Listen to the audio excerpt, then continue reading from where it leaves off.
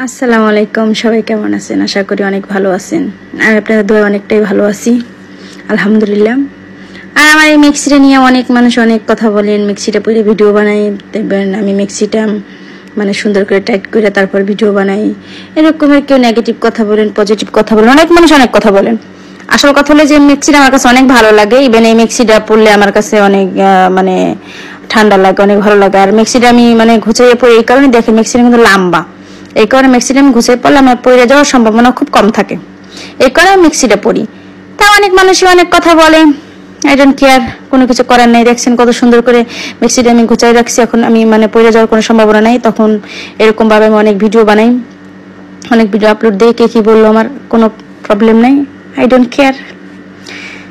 যাই হোক, আজ শুক্রবার দিন কাজ করতেছি, তার মধ্যে এই ভিডিওটা বানাইলাম, সবাই দেখে যাবেন।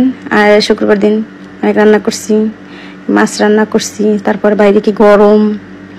যাই হোক, আমি আর জৈনাফ আছি, জৈনাফ মোবাইল টিপতেছে, আমি জৈনাফের দেখাইতেছি, জৈনাফ একবার দেখে ও মোবাইল টিপতেছে, আবার আরো খোঁচা দিয়ে বলতেছে আবার দেখ দেখ দেখ, মুখ পরবর্তীতে দেখতেছে।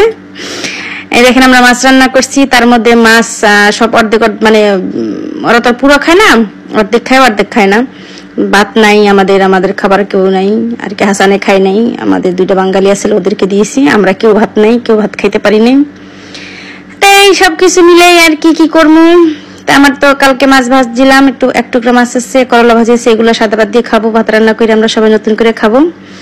তাই আমার মিক্সিটা পরে ভিডিও বানাইলাম, তাই ভালো লাগলো। যাই হোক, কেউ বাজে কমেন্ট করবেন না, যে যেটা পড়তে ভালো লাগে, যে যেটা পড়তে মানে আরাম ফিল করে সে সেটাই পড়বে।